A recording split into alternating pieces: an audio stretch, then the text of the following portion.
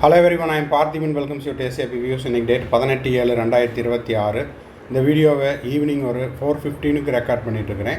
இந்த வீடியோவில் all India quota MCC conduct பண்ணுற ஆல் இண்டியா கோட்டா கவுன்சிலிங்கும் அதே போல் பாண்டிச்சேரியில் சென்டாக் எம்பிபிஎஸ் பிடிஎஸ்ஸுக்கான கவுன்சிலிங் ஷெட்யூல் அப்படிங்கிறது மிக விரைவில் அப்படிங்கிற தகவலோடு இந்த வீடியோவை நம்ம பார்க்க போகிறோம். இந்த நேரத்தில் இந்த வீடியோவை போடுவதற்கான காரணம் என்ன அப்படிங்கிறத முதல்ல சொல்லிவிட்டு அதுக்கப்புறமா இந்த கவுன்சிலிங் ஷெட்யூல் எப்போ ஸ்டார்ட் ஆகுது, அதுக்கு எப்படி ப்ரிப்பேர் ஆகணும் அப்படிங்கிறத இந்த வீடியோவில் டீட்டெயில்டாக பார்க்க போகிறோம். ஸ்கிப் பண்ணாமல் கடைசி வரைக்கும் பாருங்கள்.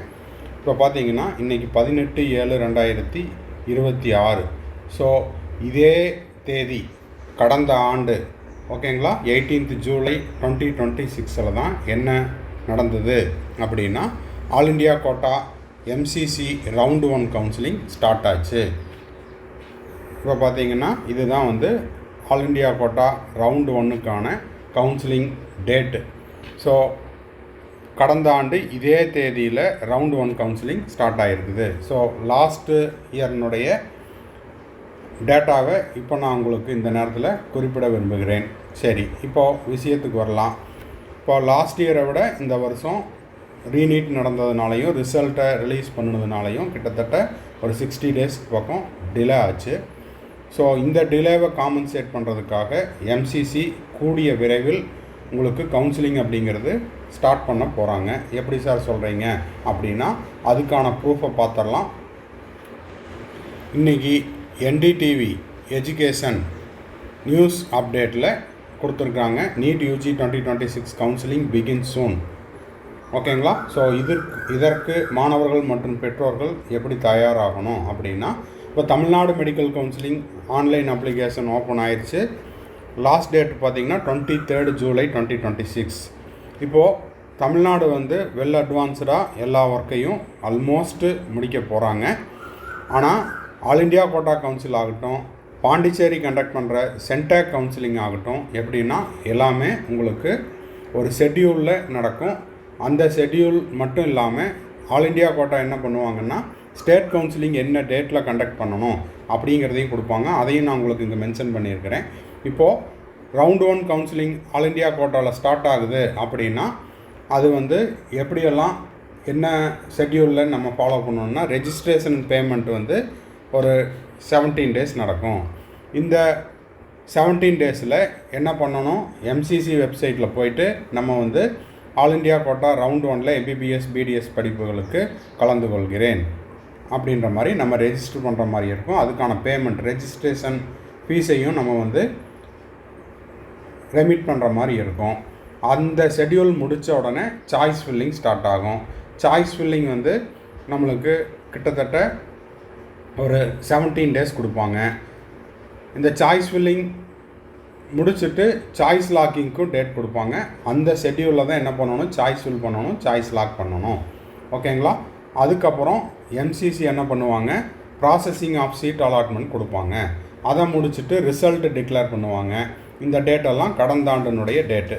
அப்போது ரிசல்ட் டிக்ளேர் பண்ண உடனே நம்ம அலாட்மெண்ட் ஆர்டரை டவுன்லோட் பண்ணிவிட்டு நம்மளுக்கு ஒதுக்கப்பட்ட கல்லூரியில் ரவுண்டு 1ல் நம்ம ஆல் இண்டியா கோட்டாவில் 15% கவர்மெண்ட் மெடிக்கல் காலேஜுக்கும் அதே போல் இந்தியாவில் இருக்கக்கூடிய டீம்டு யூனிவர்சிட்டிஸ், எய்ம்ஸு, ஜிப்மர் இந்த மாதிரியான கல்லூரிகளில் நம்மளுக்கு அட்மிஷன் வேணும் அப்படின்னா ஆல் இண்டியா கோட்டா கவுன்சிலிங்கில் கலந்து கொள்ளலாம். ஓகேங்களா. சரி, இது ஆல் இண்டியா கோட்டா கவுன்சிலிங் ஷெட்யூலும் அது மட்டும் இல்லாமல் எந்த வகையில் தயாராகணும் அப்படிங்கிறதுக்கும். இப்போது ஆல் இண்டியா கோட்டா கவுன்சிலிங்கில் நம்ம கலந்துக்கணும் அப்படின்னா மேக்ஸிமம் உங்களை டாக்குமெண்ட் அப்லோட் பண்ணதுக்கு முன்கூட்டியே சொல்ல மாட்டாங்க. தமிழ்நாடு மாதிரி அப்ளிகேஷன் போடும்போதே டாக்குமெண்ட் அப்லோட் பண்ண சொல்ல மாட்டாங்க. அதற்கு பதிலாக என்ன நடக்கும் அப்படின்னா முதல்ல ரெஜிஸ்ட்ரேஷன் செய்வோம். ரெஜிஸ்ட்ரேஷனை முடிச்சுட்டு choice filling and choice locking செய்யணும். அதுக்கப்புறம் எம்சிசி சீட்டை ப்ராசஸ் பண்ணும். யாரெல்லாம் அப்ளை பண்ணியிருக்காங்க அவங்களுடைய மார்க் அடிப்படையிலையும் ரேங்க் அடிப்படையிலையும் சீட் அலாட் பண்ணுவாங்க. அதன் பிறகு ரிசல்ட் அப்படிங்கிறது டிக்ளேர் பண்ணுவாங்க. ரிசல்ட் டிக்ளேர் பண்ணினதுக்கப்புறம் யாருக்கெல்லாம் சீட் அலாட் ஆகிருக்குதோ அந்த கேண்டிடேட் மட்டும்தான் என்ன பண்ணணும், டாக்குமெண்ட்டை அப்லோட் பண்ணணும். எம்சிசி வெப்சைட்லேயும் அவங்களுக்கு ஒதுக்கப்பட்ட கல்லூரியினுடைய போர்ட்டல்லையும் அப்லோட் பண்ணணும். ஓகேங்களா? இதுதான் ப்ரொசீஜர். இன்கேஸ் ஷெட்யூல் வந்து அந்த குறிப்பிட்ட தேதியை தாண்டி போயிடுச்சு அப்படின்ற பட்சத்தில் டைரெக்டாக எம்சிசி என்ன பண்ணுவாங்கன்னா, உங்களுக்கு எந்த காலேஜ் அலாட் ஆகிருக்குதோ அந்த காலேஜில் போயிட்டு சர்டிஃபிகேட் வெரிஃபிகேஷன் முடிச்சுட்டு காலேஜினுடைய போர்ட்டலில் நம்ம அப்லோட் பண்ணுற டாக்குமெண்ட்டை எம்சிசிக்கு ஷேர் பண்ண சொல்லிடுவாங்க. இது எல்லாமே அலாட் ஆன கேண்டிடேட் தான் டாக்குமெண்ட் அப்லோட் பண்ணுற மாதிரி இருக்கும். அப்ளை பண்ணுற எல்லாருமே டாக்குமெண்ட் அப்லோட் பண்ண வேண்டிய அவசியம் இருக்காது. இதெல்லாம் வந்து கடந்த ஆண்டுகளில் எம்சிசி கொடுத்த டேட்டா. அதை வச்சு நான் உங்களுக்கு சொல்கிறேன்.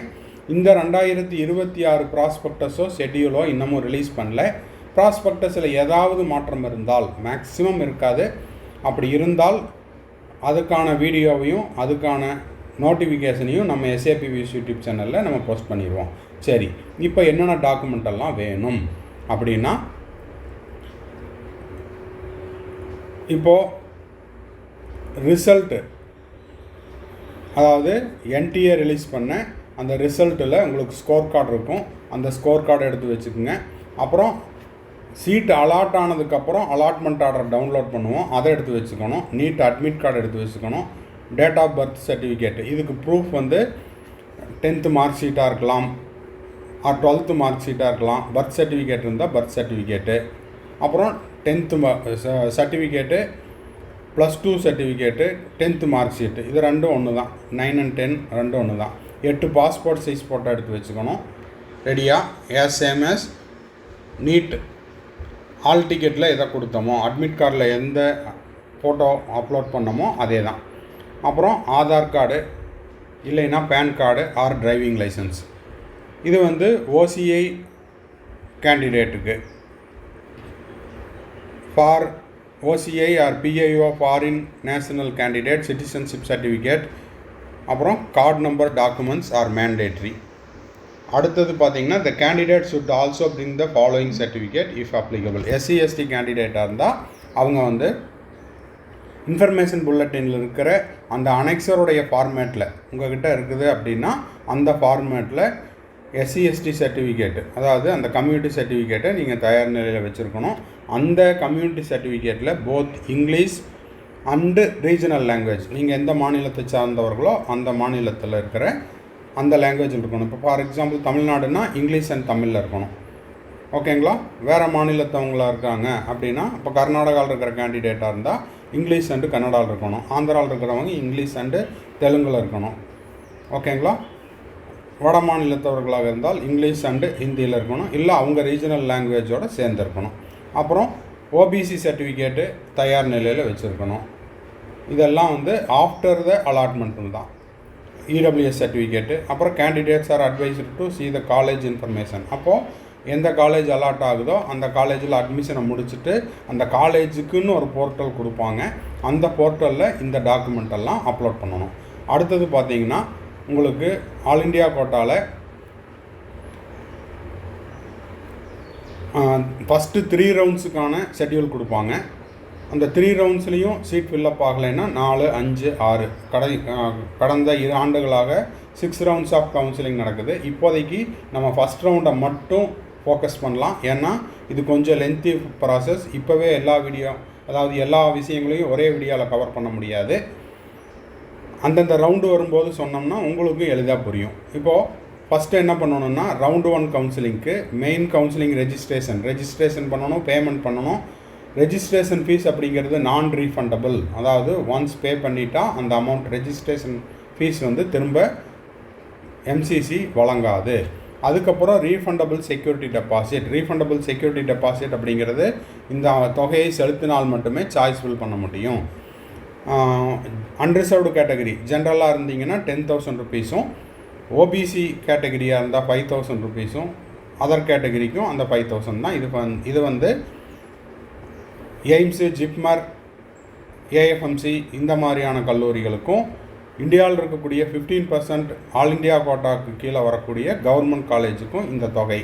நான் டீம்டு யூனிவர்சிட்டிக்கு பார்ட்டிசிபேட் பண்ணுறேன்னா 2 லட்சம் ரூபாய்.